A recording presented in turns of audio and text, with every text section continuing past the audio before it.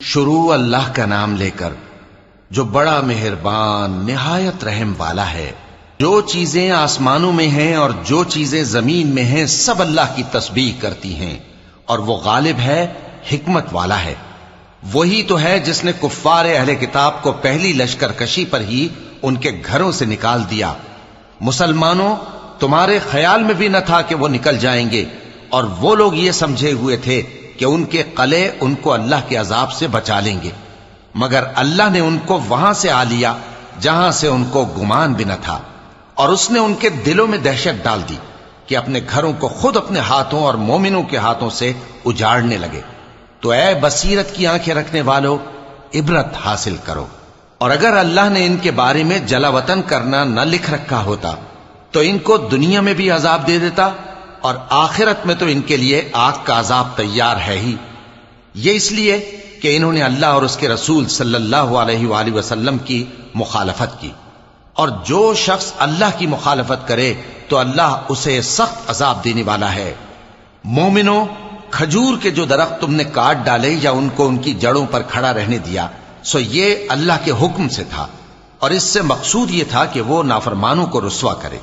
اور اے مسلمانوں، جو مال اللہ نے اپنے پیغمبر کو ان لوگوں سے جنگ کے بغیر دلوایا ہے اس میں تمہارا کچھ حق نہیں، کیونکہ اس کے لیے نہ تم نے گھوڑے دوڑائے نہ اونٹ، لیکن اللہ اپنے پیغمبروں کو جن پر چاہتا ہے غالب کر دیتا ہے، اور اللہ ہر چیز پر قادر ہے۔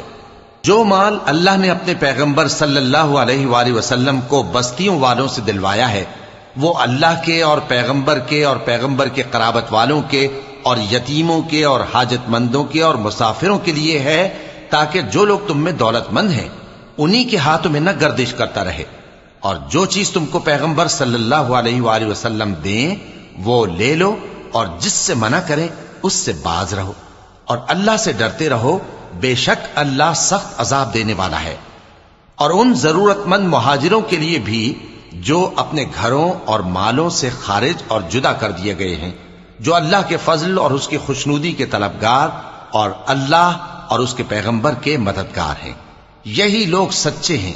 اور ان لوگوں کے لیے بھی جو مہاجرین سے پہلے اس گھر یعنی مدینے میں مقیم ہیں اور ایمان میں مضبوط ہیں، اور جو لوگ ہجرت کر کے ان کے پاس آتے ہیں وہ ان سے محبت کرتے ہیں، اور جو کچھ ان کو ملا اس سے اپنے دل میں کچھ خواہش اور خلش نہیں پاتے، اور ان کو اپنی جانوں پر مقدم رکھتے ہیں خواہ وہ خود بھی فاقے سے ہوں۔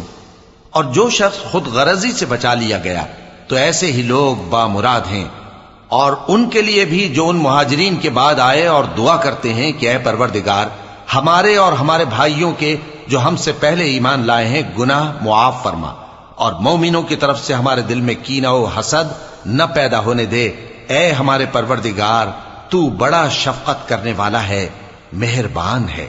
کیا تم نے ان منافقوں کو نہیں دیکھا جو اپنے کافر بھائیوں سے جو اہل کتاب ہیں کہا کرتے ہیں کہ اگر تم جلا وطن کیے گئے تو ہم بھی تمہارے ساتھ نکل چلیں گے اور تمہارے بارے میں کبھی کسی کا کہا نہ مانیں گے، اور اگر تم سے جنگ ہوئی تو تمہاری ہی مدد کریں گے، مگر اللہ ظاہر کیے دیتا ہے کہ یہ جھوٹے ہیں۔ اگر وہ نکالے گئے تو یہ ان کے ساتھ نہیں نکلیں گے، اور اگر ان سے جنگ ہوئی تو یہ ان کی مدد نہیں کریں گے، اور اگر مدد کریں گے بھی تو پیٹ پھیر کر بھاگ جائیں گے، پھر ان کو کہیں سے بھی مدد نہ ملے گی۔ مسلمانوں، تمہاری ہیبت ان لوگوں کے دلوں میں اللہ سے بھی بڑھ کر ہے، یہ اس لیے کہ یہ سمجھ نہیں رکھتے۔ یہ سب جمع ہو کر بھی تم سے نہیں لڑ سکیں گے مگر بستیوں کے قلعوں میں پناہ لے کر یا دیواروں کی اوٹ سے۔ ان کے آپس میں بھی بڑی لڑائی رہتی ہے، تم خیال کرتے ہو کہ یہ اکٹھے ہیں، حالانکہ ان کے دل پھٹے ہوئے ہیں۔ یہ اس لیے کہ یہ بے عقل لوگ ہیں۔ ان کا حال ان لوگوں کا سا ہے جو ان سے کچھ ہی پیشتر اپنے کرتوت کی سزا کا مزہ چکھ چکے ہیں، اور ان کے لیے دکھ دینے والا عذاب تیار ہے۔ منافقوں کی مثال شیطان کی سی ہے کہ انسان سے کہتا رہا کہ کافر ہو جا، پھر جب وہ کافر ہو گیا تو کہنے لگا کہ مجھے تجھ سے کچھ سروکار نہیں، مجھ کو تو اللہ رب العالمین سے ڈر لگتا ہے۔ تو دونوں کا انجام یہ ہوا کہ دونوں دوزخ میں جائیں گے، ہمیشہ اس میں رہیں گے، اور بے انصافوں کی یہی سزا ہے۔ اے ایمان والو، اللہ سے ڈرتے رہو، اور ہر شخص کو دیکھنا چاہیے کہ اس نے کل یعنی آخرت کے لیے کیا سامان بھیجا ہے، اور ہم پھر کہتے ہیں کہ اللہ سے ڈرتے رہو، بے شک اللہ تمہارے سب اعمال سے خبردار ہے۔ اور ان لوگوں جیسے نہ ہو جانا جنہوں نے اللہ کو بھلا دیا تو اللہ نے انہیں ایسا کر دیا کہ وہ خود اپنے آپ کو بھول گئے۔ یہی لوگ ہیں نافرمان۔